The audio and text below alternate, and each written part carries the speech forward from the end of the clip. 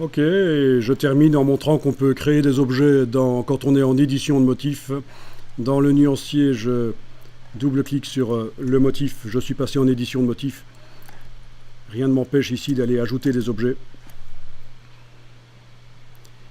Et voire même de modifier l'ours. Donc un objet étoile, voilà.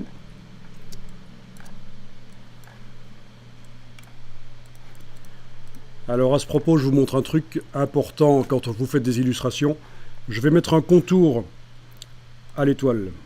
Voilà. Je vais dupliquer l'étoile avec la touche Alt pendant que je déplace. La question à se poser, c'est quand je redimensionne cette étoile, est-ce que je veux que la même épaisseur de contour ou est-ce que je veux un contour redimensionné? Vous voyez là, c'est la même épaisseur de contour. Et si j'enclenchais dans les préférences générales l'option qu'on a utilisée l'autre jour, la mise à échelle des contours et des effets, quand je redimensionne, avec l'outil de transformation, cette étoile, le contour s'agrandit. Donc là, c'est un choix à faire. Quand vous dupliquez un objet et que vous le redimensionnez, est-ce que vous voulez que le contour reste le même ou est-ce que vous voulez que le contour se redimensionne? L'un ou l'autre sont bons, ça dépend, c'est vraiment un choix. C'est vraiment un choix créatif en fait. Mais en tout cas, vous savez que c'est là que ça se passe dans les préférences générales, c'est cette option mise à l'échelle des contours et des effets. Voilà, donc ça c'est sympa, vous avez possibilité vraiment de multiplier des objets, de modifier les choses pendant que vous êtes en édition de motif et vous voyez la répétition qui se fait en temps réel.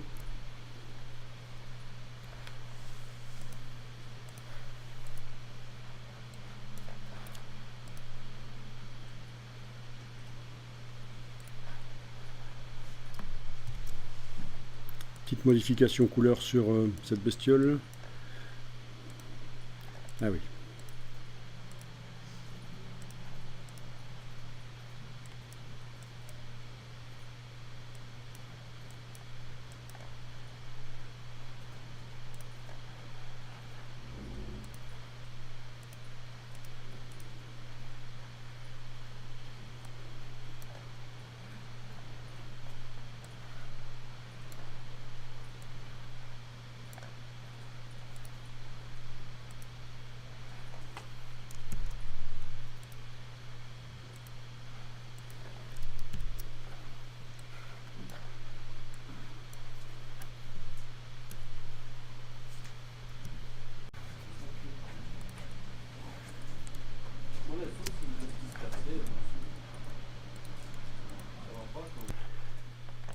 Donc concernant le style ici, vous connaissez. En sélectionnant l'objet, vous avez menu fenêtre, style graphique. On ajoute. Voilà. Et c'est utilisable, bien sûr, sur n'importe quoi, même du texte.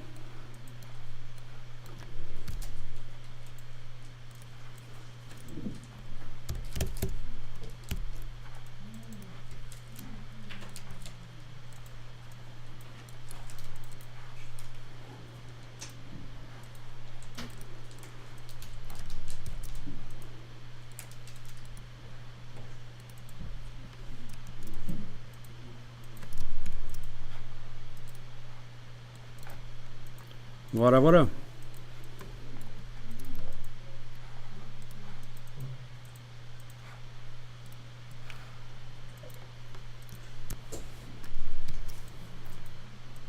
Vous êtes au courant qu'au niveau des contours, vous pouvez mettre autre chose qu'un contour infographique comme ça. Vous pouvez aller dans la palette des formes et il y a des formes artistiques disponibles.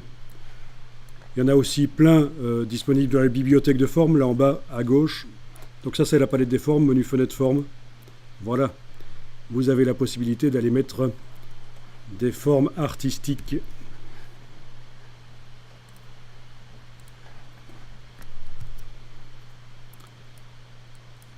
Et il y en a également plein qui sont disponibles sur le web à télécharger.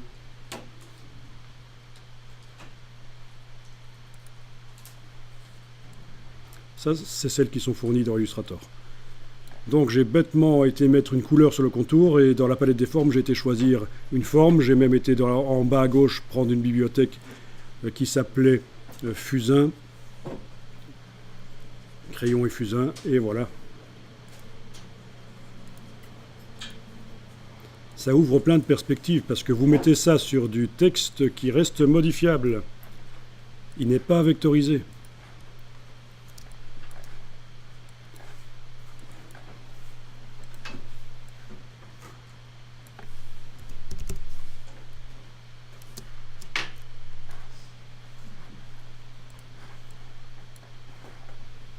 Donc ça, c'est pour aller plus loin dans Illustrator, les contours avec des formes artistiques.